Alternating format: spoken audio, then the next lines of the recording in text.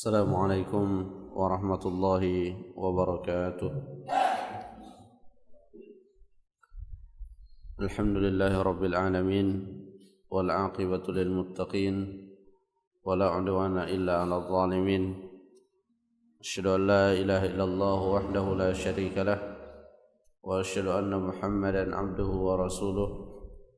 اللهم صل على محمد وعلى آله وصحابته أجمعين. Masyarul muslimin sidang jamaah salat subuh rahimani wa rahimakumullah.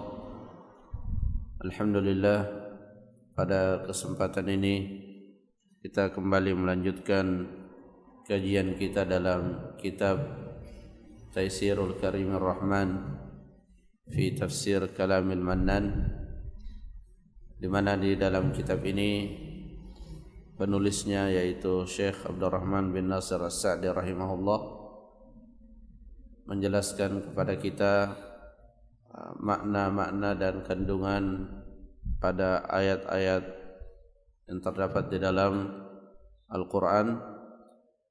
Dan pada pertemuan yang sebelumnya kita telah menyelesaikan penjelasan makna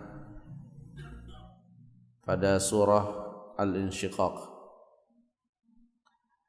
di mana di dalam surah tersebut Allah Subhanahu wa taala mengawalinya dengan menyebutkan salah satu peristiwa yang akan dilihat oleh setiap manusia ketika kiamat terjadi.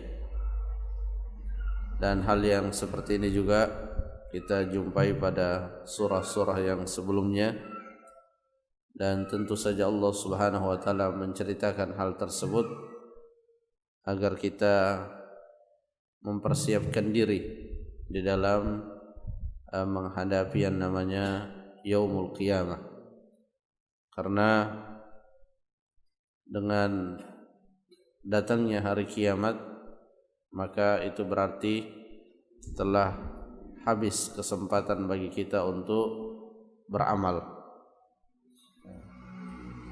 baik itu kiamatul kubra dengan berakhirnya kehidupan di muka bumi ini, ataupun kiamatus sughra dengan diwafatkannya kita oleh Allah Subhanahu wa taala.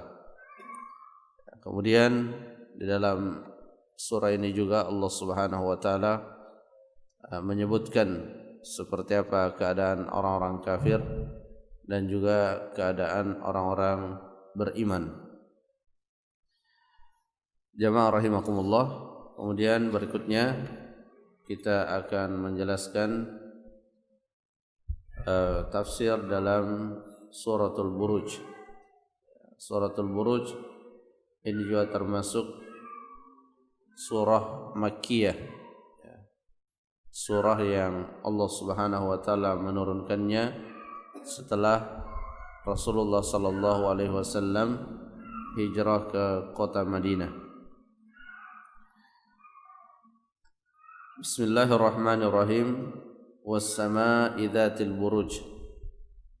Allah Subhanahu wa taala mengawali ayat dalam surah ini dengan bersumpah. Bersumpah was-sama', demi langit. Dan Allah Subhanahu wa taala bersumpah dengan apa saja yang dikehendakinya, bersumpah dengan makhluk-makhluknya. Sedangkan manusia dilarang untuk bersumpah kecuali dengan nama Allah Subhanahu wa taala. Bahkan bersumpah dengan selain Allah itu dikategorikan sebagai syirik, syirik kecil. Dalam hadis yang sahih Rasulullah sallallahu alaihi wasallam bersabda, "Man halafa bighairillahi faqad asyrak." Siapa yang bersumpah selain dengan nama Allah, maka dia telah menyekutukan Allah Subhanahu wa taala. Ketika Allah Subhanahu wa taala bersumpah dengan makhluk-makhluknya, maka ada beberapa pelajaran yang bisa kita petik. Di antaranya Allah bersumpah dengan makhluknya untuk mengisyaratkan kepada kita semua bahwa makhluk tersebut adalah makhluk yang sangat besar, makhluk yang sangat kuat. Dan di dalam ayat ini Allah bersumpah dengan langit, yang di dalam surah An-Naba disebutkan sifat langit itu wa banaina fawqakum sab'an shidada, 7 yang berlapis dan sangat kokoh. Tapi meskipun begitu kokoh, langit adalah makhluk Allah yang tunduk kepada Allah Subhanahu wa taala. Sehingga ketika Allah Subhanahu wa taala menghendaki terbelah, maka langit pun akan tunduk terhadap apa yang diperintahkan oleh Allah Subhanahu wa taala. Dan ini adalah pesan bagi seluruh manusia bahwa sangat tidak pantas manusia yang syarat dengan kelemahan kemudian tidak patuh dan tidak tunduk kepada aturan-aturan Allah Subhanahu wa taala. Was-samaa'i dzatil buruj, demi langit yang mana langit itu memiliki al-buruj. Al-buruj adalah al-manazil, tempat-tempat beredarnya bintang-bintang yang ada di langit, bulan, matahari, semua yang ada di langit itu memiliki tempat beredar masing-masing. Dan ini juga tanda kekuasaan Allah Subhanahu wa taala, di mana makhluk-makhluk Allah seperti bintang, seperti bulan dan yang lainnya, dia berjalan di tempatnya dan tidak keluar dari tempatnya. Ini adalah bentuk keteraturan yang sangat luar biasa, bentuk keteraturan yang menunjukkan betapa besarnya kekuasaan Allah Subhanahu wa taala. Was-samaa'i dzatil buruj wal yaumil mau'ud. Allah juga bersumpah dengan hari yang dijanjikan, yaitu yaumul qiyamah, yaitu hari kiamat. Di mana di dalam beberapa ayat-ayat Al-Qur'an Allah Subhanahu wa taala telah memastikan bahwa ada yang namanya hari kiamat. Ada saat di mana kita akan diberikan balasan terhadap amalan yang telah kita perbuat di dunia ini. Kalau di dunia ini kita melakukan amal-amal kebaikan, maka Allah akan memberikan balasan berupa kebaikan di hari kiamat kelak nanti. Tapi kalau di dunia ini kita melakukan amal-amal keburukan, baik itu keburukan yang terkait dengan hak kepada Allah Subhanahu wa taala ataupun keburukan yang terkait dengan hak sesama manusia, sekecil apapun keburukan itu, apapun bentuknya, pasti Allah Subhanahu wa taala akan memberikan balasannya di akhirat kelak nanti, yaitu pada hari kiamat. Dan datangnya hari kiamat ini sesuatu yang pasti adanya. Tidak ada yang bisa menghindarinya, tidak ada yang bisa menolaknya. Wal yaumil mau'ud wa syahidin wa mashhud. Wa syahidin wa mashhud, dan Allah Subhanahu wa taala juga bersumpah dengan syahid. Syahid adalah yang bersaksi, yang bersaksi, dan ini mencakup semua yang bersaksi. Di antaranya adalah Nabi Allah Muhammad sallallahu alaihi wasallam. Dia akan bersaksi kepada kaumnya, dan umat Nabi Muhammad sallallahu alaihi wasallam akan bersaksi kepada umat-umat yang lain bahwa para nabi telah menyampaikan risalah yang Allah perintahkan kepada para nabi tersebut untuk menyampaikannya kepada umatnya. Wa syahidin wa mashhud. Mashhud sebagian ulama menafsirkan juga dengan hari kiamat, atau masuk di dalamnya segala sesuatu yang dipersaksikan. Qutila ashabul ukhdud.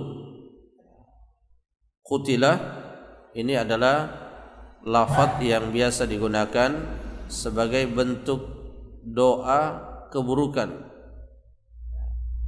Sehingga di dalam tafsir As-Sa'di beliau menjelaskan hadza du'aun 'alaihim bil halak.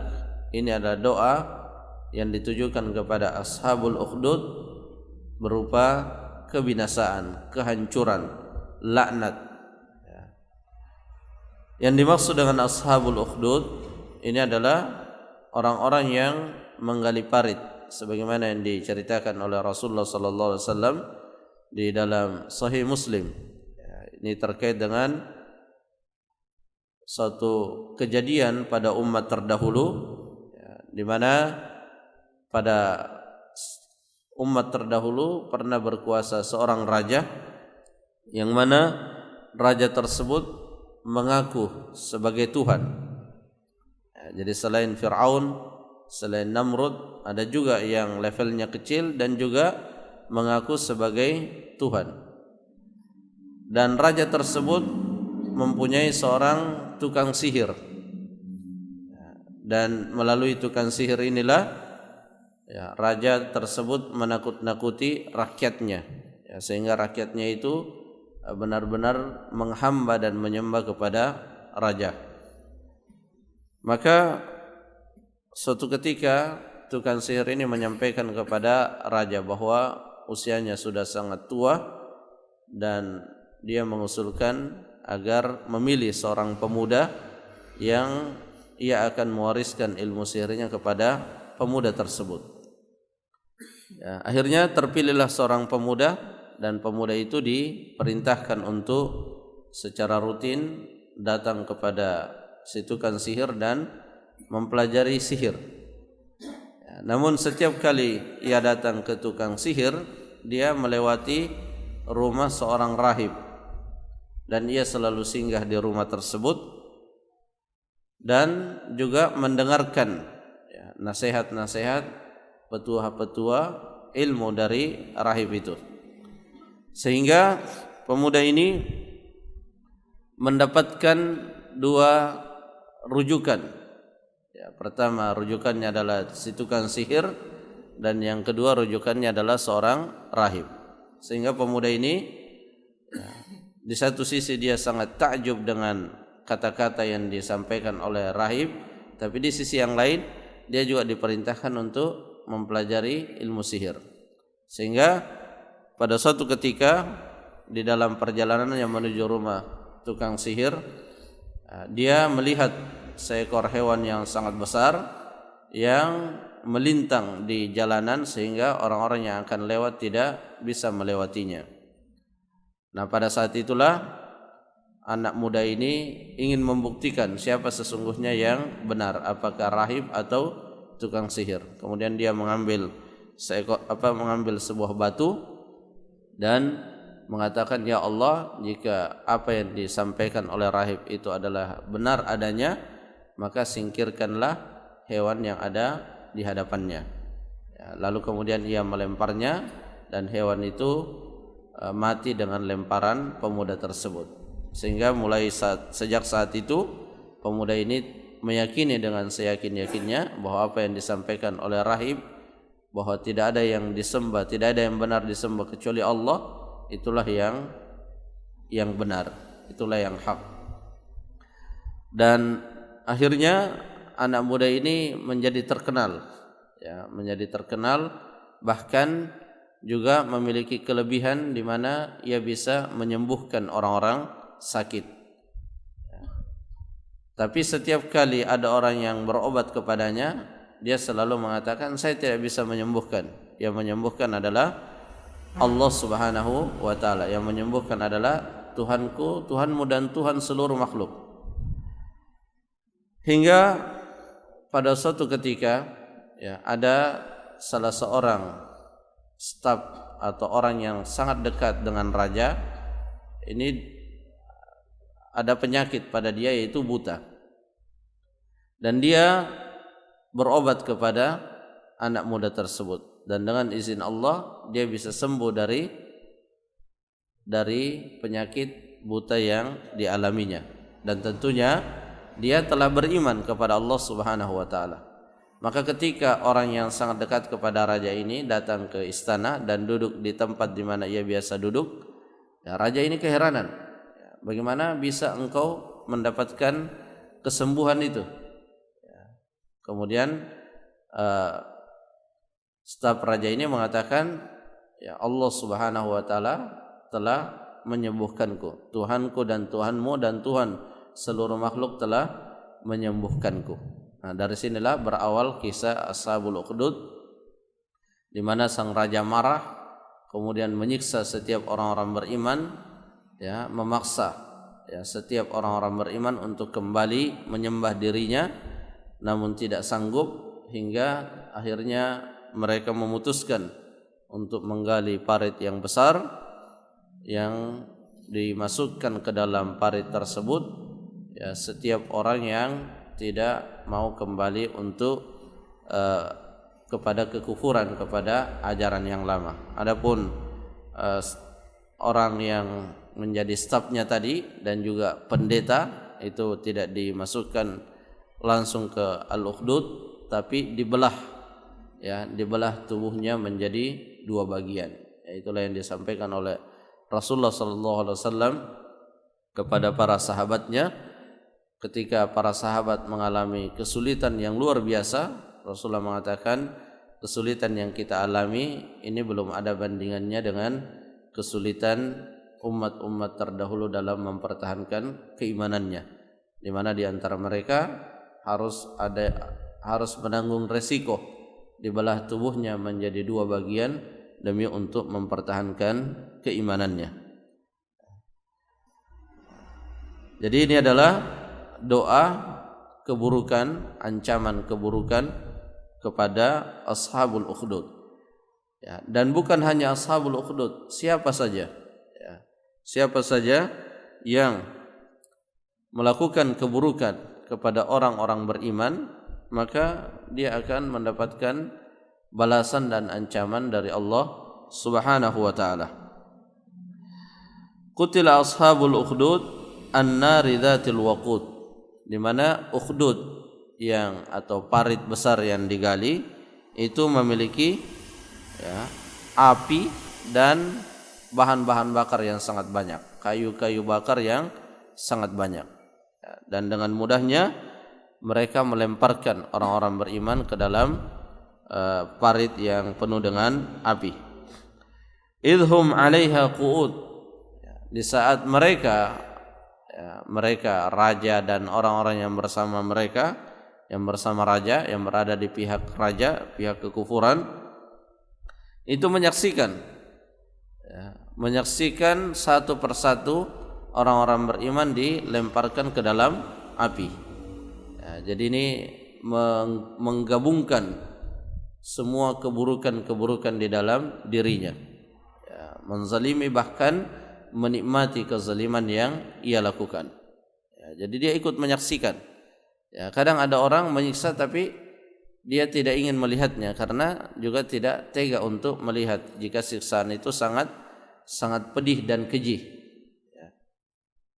Tapi kalau Ashabul Ukhdud tidak, ya, dia menyiksa dengan siksaan yang sangat berat dan dia menyaksikannya, ya, disebutkan di dalam tafsir dia menyaksikannya di atas, ya, di atas ranjang-ranjang mereka sambil, ya, tertawa terbahak-bahak dan menikmati apa yang keburukan yang mereka lakukan. Ya, makanya di ayat yang selanjutnya, wahum ala ma yaf'aluna bil mu'minina syuhud, ya, dan mereka terhadap apa yang mereka lakukan terhadap orang-orang beriman itu mereka menyaksikan, ya, mereka menyaksikan. Jadi ini adalah salah satu berita dan informasi dari Allah Subhanahu wa taala bahwa, ya, keimanan yang Allah berikan kepada kita dituntut untuk menjaganya, ya. Dan di dalam usaha menjaga keimanan, di sana selalu ada halangan dan rintangannya. Halangan dan rintangan terkadang itu berasal dari dalam diri kita, ya, berupa hawa nafsu, dan dari luar diri kita, ya, dari setan baik itu dari jin ataupun dari golongan manusia. Ya. Dari jin ya tidak terlihat, dari manusia terlihat ya, dan nyata bentuk gangguan-gangguannya ya, di mana kita dipalingkan ya, atau mereka berusaha untuk memalingkan kita atau mengganggu kita di dalam usaha kita untuk menetapi jalan Allah Subhanahu wa taala. Ya, jadi ada gangguan. Ya. Rasulullah sallallahu alaihi wasallam telah mengingatkan hal tersebut di dalam salah satu hadisnya, ya, huffatil jannatu bil makari wa huffatin naru bisyahawat. Ya, kita beriman kepada Allah dan berusaha istiqamah di atas keimanan tersebut, ya, tujuannya supaya kita bisa mendapatkan kebahagiaan di akhirat berupa dimasukkan ke dalam surga dan dijauhkan dari neraka. Tapi kata Rasulullah sallallahu alaihi wasallam, ya, surga itu dikelilingi oleh hal-hal yang dibenci oleh syahwat. Sehingga disinilah akan terjadi pertarungan. Apakah kita memilih memenangkan syahwat kita atau kita memilih untuk mengalahkan syahwat kita demi untuk bisa masuk ke surga. Imam An-Nawawi mengatakan ya, ketika menjelaskan ya surga itu dikelilingi oleh hal-hal yang disenangi oleh syahwat, beliau mengatakan siapa yang bisa menyingkirkan apa yang mengelilingi surga itu dari hal-hal yang disenangi oleh syahwat, maka dialah yang akan masuk ke dalam surga. Tapi ketika dia tidak bisa menyingkirkan apa yang mengelilingi surga tersebut, apa yang memagari surga tersebut berupa hal-hal yang disenangi oleh syahwat, maka dia akan kesulitan untuk masuk ke dalam surga. Sebaliknya, neraka itu dikelilingi oleh hal-hal yang digemari oleh syahwat. Sehingga pasti akan ada pertarungan yang akan kita rasakan sebagai orang beriman. Ya, ada pertarungan ketika kita ingin melakukan suatu kebaikan, pasti ada gangguannya. Ya, ketika kita ingin mempertahankan keimanan, ya selalu ada tantangan dan rintangannya. Dan apa yang kita rasakan saat ini belum ada bandingannya dengan apa yang dirasakan oleh umat-umat terdahulu. Ya, dan yang membuat kita kuat di dalam menghadapi tantangan dan rintangan tersebut yaitu dengan ya, memperbaiki hubungan kita kepada Allah Subhanahu wa taala dan terus membekali diri kita dengan pemahaman agama yang benar. Ini sering kita ulang-ulang ya, pemahaman agama yang benar ini adalah bekal terbaik bagi kita di dalam menghadapi hiruk pikuk dan fitnah yang semakin tua usia dunia ini, maka semakin banyak fitnah yang muncul di dalamnya. Ya, kita mungkin bisa membanding-bandingkan ya bagaimana keadaan 10 tahun yang lalu dengan saat ini. Ya, semakin beragam fitnah yang bermunculan. Ya, jika kita tidak membentengi diri kita dengan pemahaman agama yang benar, maka kita akan terseret di dalam fitnah-fitnah tersebut. Bahkan terkadang seseorang terjerumus di dalam fitnah, ya, melakukan sesuatu yang buruk, tapi di saat yang sama dia merasa melakukan sesuatu yang benar. Nah, ini adalah bagian dari tazyin. Ini adalah bagian dari syaitan menghiasi yang buruk itu kepada manusia. Ya, karena memang syaitan di dalam menggoda manusia itu tidak mengatakan ayo lakukan yang buruk, tapi mereka menghiasi yang buruk itu sehingga nampak sebagai sesuatu yang baik dan manusia tertarik untuk melakukannya dan merasa mendapatkan pembenaran atas apa yang dilakukannya. Ya, lihatlah bagaimana orang-orang Yahudi ketika mereka mempelajari ilmu sihir. Ya, jelas-jelas ilmu sihir itu adalah kesyirikan kepada Allah Subhanahu wa taala. Tapi terhiaskan pada mereka bahwa ilmu sihir yang mereka pelajari itu hakikatnya adalah ilmunya Nabi Sulaiman. Ya, Nabi Sulaiman itu punya sihir dan Nabi Sulaiman mempelajari sihir itu dari malaikat Jibril dan dari malaikat Mikail. Ya, bagaimana ya, dahsyatnya ya, hiasan yang diberikan oleh syaitan terhadap suatu keburukan Sehingga yang buruk sekalipun, bahkan yang sangat buruk sekalipun, itu bisa dirasakan oleh orang-orang tertentu sebagai suatu kebaikan. Dan ini adalah musibah, ya, melebihi musibah yang sifatnya bencana alam yang terjadi. Ya, musibah terbesar itu adalah musibah di dalam agama. Jamaah salat subuh rahimani wa rahimakumullah. Ya, mungkin ini yang bisa disampaikan. Semoga bermanfaat. Wallahu taala alam bissawab. Subhanakallahumma rabbana wa bihamdik asyhadu an la ilaha illa anta astaghfiruka wa atubu ilaik. Assalamualaikum warahmatullahi wabarakatuh.